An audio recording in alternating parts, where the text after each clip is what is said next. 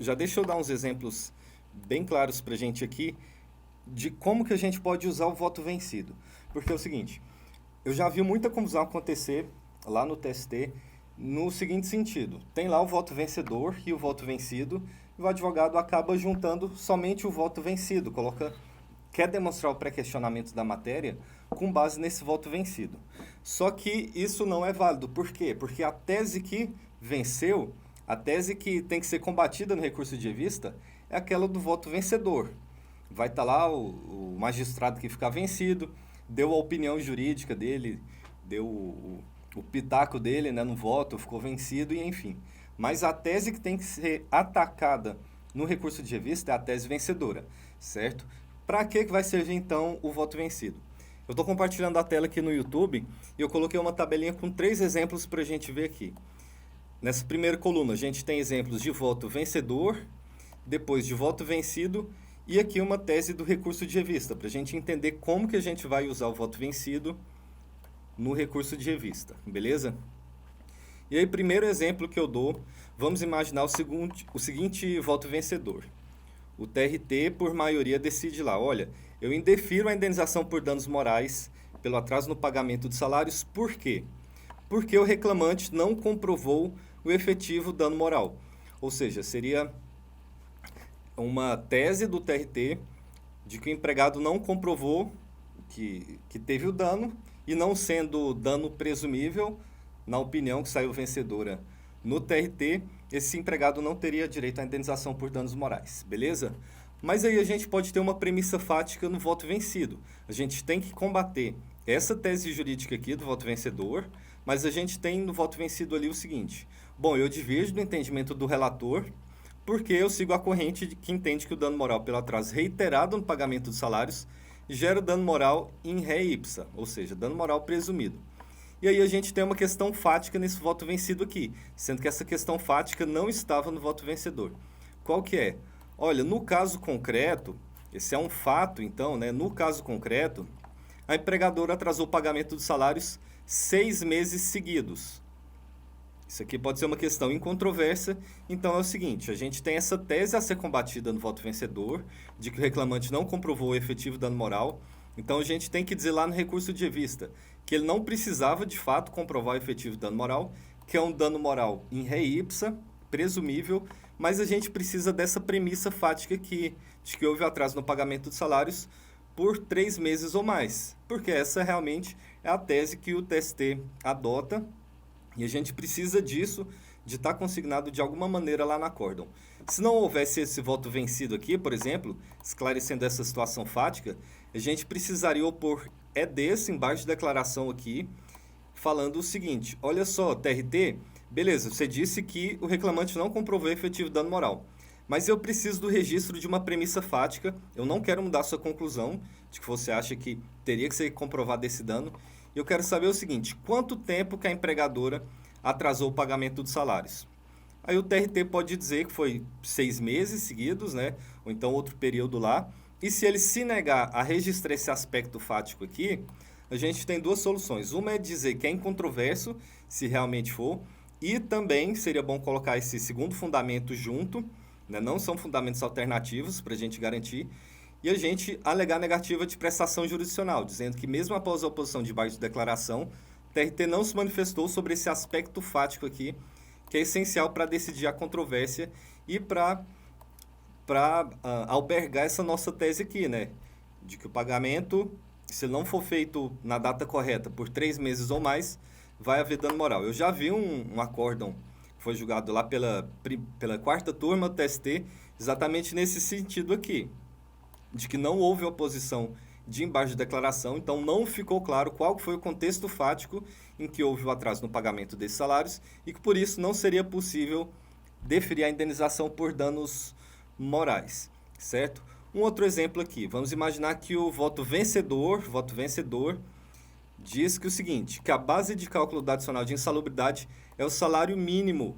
Por quê? Porque o Supremo e o TST têm esse entendimento. E aí aplica essa base de cálculo aqui para o adicional de insalubridade, salário mínimo, certo?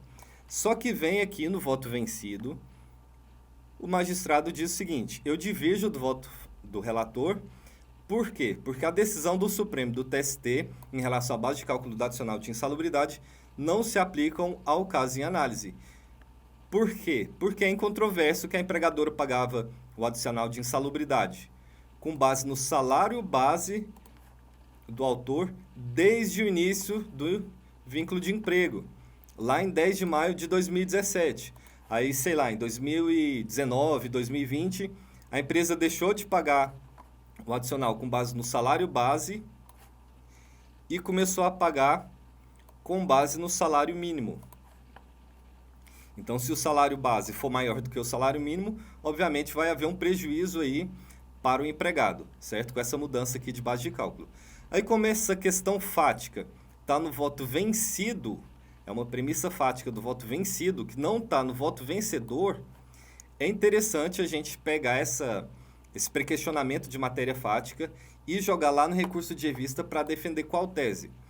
Essa tese aqui, dessa coluna, que o fato de a empregadora pagar espontaneamente o adicional de insalubridade sobre o salário base faz com que não se aplique o entendimento de que, na ausência de negociação coletiva ou lei própria, a base de cálculo desse adicional seja o salário mínimo, que é justamente o entendimento do Supremo e do TST. Eles falam assim, olha, se não tem negociação coletiva, se não tem lei própria estabelecendo a base de cálculo do adicional de insalubridade como salário base, por exemplo, a base de cálculo vai ser o salário mínimo, certo? E aí a gente precisa de pegar essa premissa fática que está no voto vencido e não está no voto vencedor, em razão da própria tese que o voto vencedor adotou. Vamos para o terceiro e último exemplo aí, para a gente já passar para a análise lá do recurso. Como eu falei, é um recurso de 4 páginas, vai ser bastante rápido hoje então. Bom, terceiro exemplo. O gerente da empresa que recebe, isso aqui é a tese do voto vencedor. O gerente da empresa, isso aqui se aplica ao bancário também, que recebe o acréscimo de pelo menos 40% do salário efetivo, não faz jus às horas extras, pois se enquadra lá na exceção do artigo 62, inciso 2 da CLT, que dispensa o controle de horários, né? Controle da jornada de trabalho, exatamente para esses gerentes, se eles receberem pelo menos um acréscimo de 40% do salário efetivo. E aí a gente pode pegar uma tese do voto vencido. Olha só, o voto vencedor parou por aqui. Disse assim, o empregado recebe 40% do salário efetivo, então é gerente, não tem controle de jornada. Mas aí vamos imaginar que no voto vencido, esse magistrado aqui, ele diz o seguinte, olha, no caso, apesar do empregado receber mais do que 40% do salário efetivo, havia um efetivo controle de jornada. Por quê?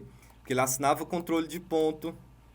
Então, olha que a lei dispensa o empregador do controle de jornada, certo? Mas se a empresa fizer esse controle de jornada, aí não vai ter motivo para não pagar horas extras, entendeu? Porque é uma faculdade a empresa poder não fazer o controle de jornada. Mas se ela faz, é uma situação diferente. E aí é importante ter esses aspectos fáticos aqui, porque eles que vão permitir contestar essa tese do voto vencedor.